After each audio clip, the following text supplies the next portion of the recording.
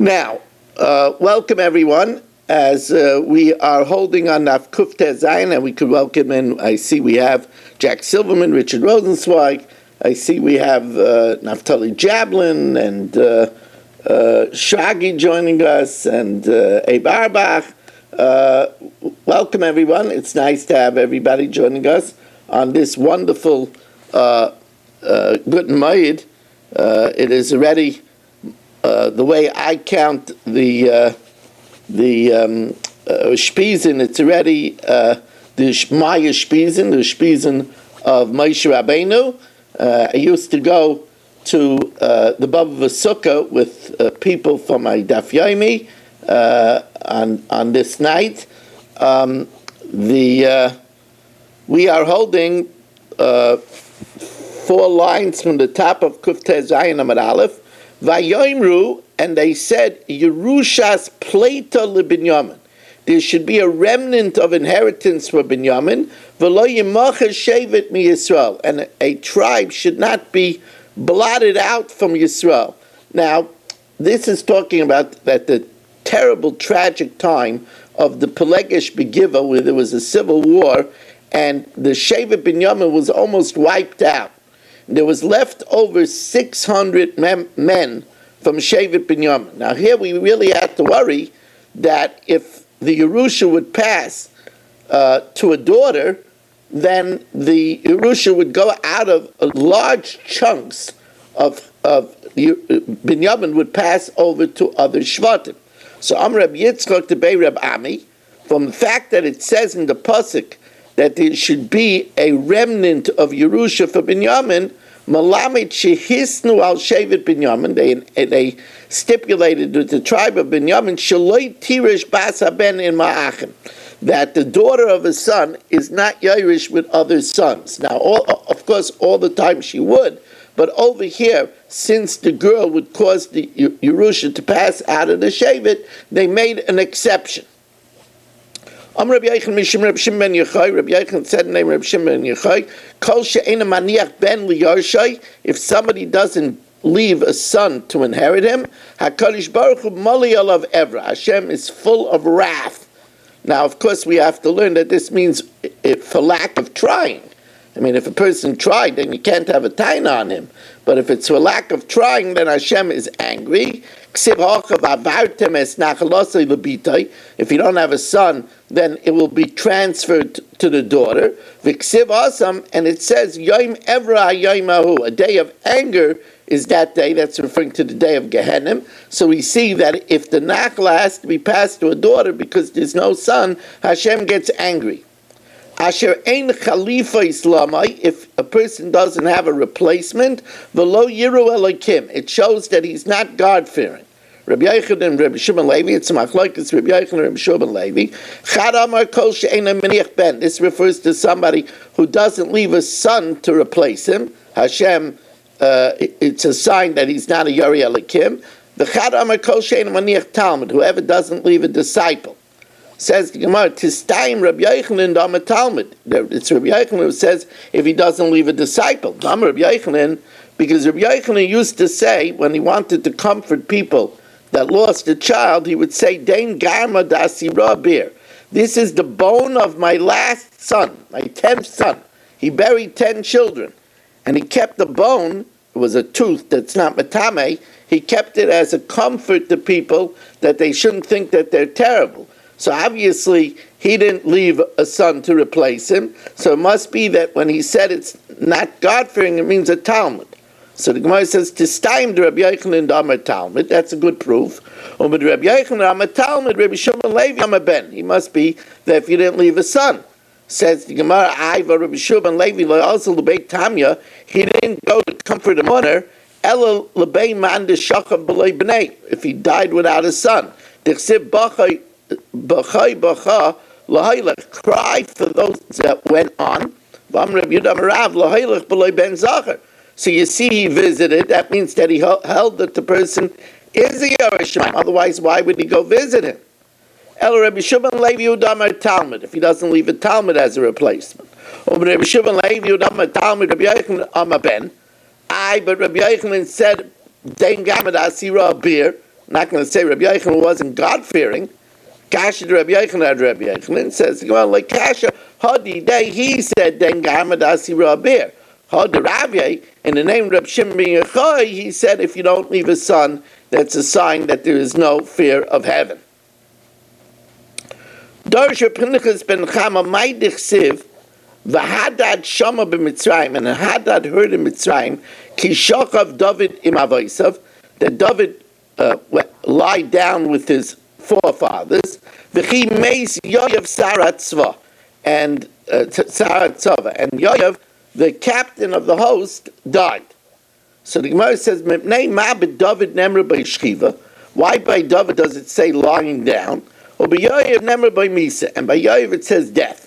So the Gemara says, David sheniach ben, David that left a child, so he's not completely finished. Nemra b'Yishchiva, he just lied down. Yoav shelo yaniach ben, he didn't leave a son. Nemra b'Misa. Says the Gemara, the Yoav lo yaniach ben, Yoav didn't leave a son. V'ksiv mibnei Yoav, from the children of Yoav, Avadya ben Yechiel. So he did leave a son.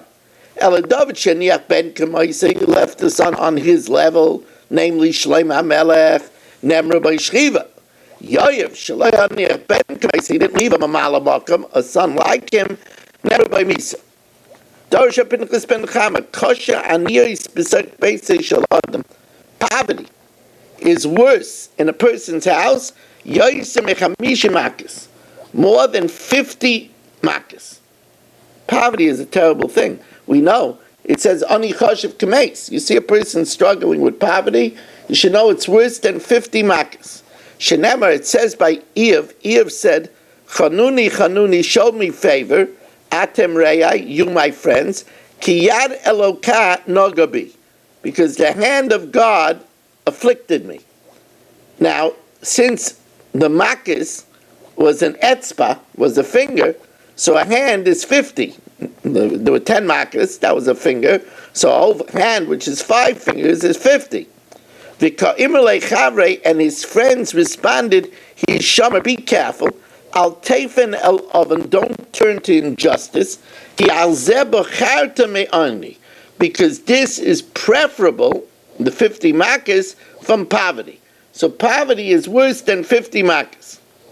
Darsha Pinchas bar Chama, kol sheyesh lo chayla b'seich beisai, if somebody has a sick person in his house, yelech eitzel chacham, he should go to a wise man, v'yavakish olav rachamim, and ask the wise man to pray for the sick person. Shenema chamas melech malachim avos, the anger of Hashem is the angel of death, the ish chacham yichaprena, and a wise person could wipe it away. Says the Gemara, 3 lines from the bottom of Daf Kuf Tezayin Amud Aleph. Zeh klal. This is the general principle. Kol hakodim benachla, whoever comes before inheritance, yoytze yerechoi koidman. His descendant comes first. Va'ov koidem l'kol yoytze yerecha. The father comes before his descendants. Now, we want to clarify this. Boy Rami bar Chama, avia of va'acheha of, the grandfather of the deceased and the uncle of the deceased. Now, what would that be? Let's say the deceased is Esav. So Esav's grandfather would be Avram, and Esav's uncle, Esav's uncle would be Yishmael. So who gets first, the grandfather or the uncle? By Rabbi Bachama, the grandfather and the uncle. Kigain, if the deceased is Esav, we don't mind killing off Esav. So Kigain Avram is Esav's grandfather.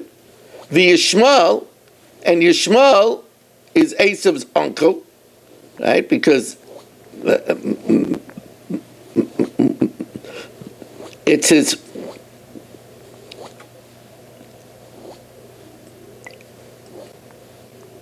Esav's father was Yitzchak, and Yitzchak's brother was Yishmael. So Yishmael is Esav's uncle, and Avram is Esav's grandfather. Who gets first? So, Aviyav, v'acheyav, kegoin Avram v'Yishmael, b'nichse Esav, Ezem em kaid. So, Amarava, so Rava says, Tashma, we learned, ha'av kaidem l'kol yaitze yerechai. The father comes before his descendants. Says the Gemara, therefore, Avram comes before his descendant, Esav, Yishmael. The Rami Bar Chama, and Rami Bar Chama, why didn't he think of that?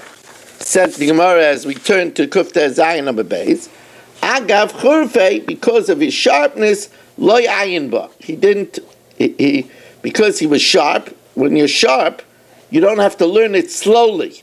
And therefore, since he didn't learn it slowly, he didn't notice that obvious conclusion. Boy, Rami Bar Chama. Oh, now here's an interesting question.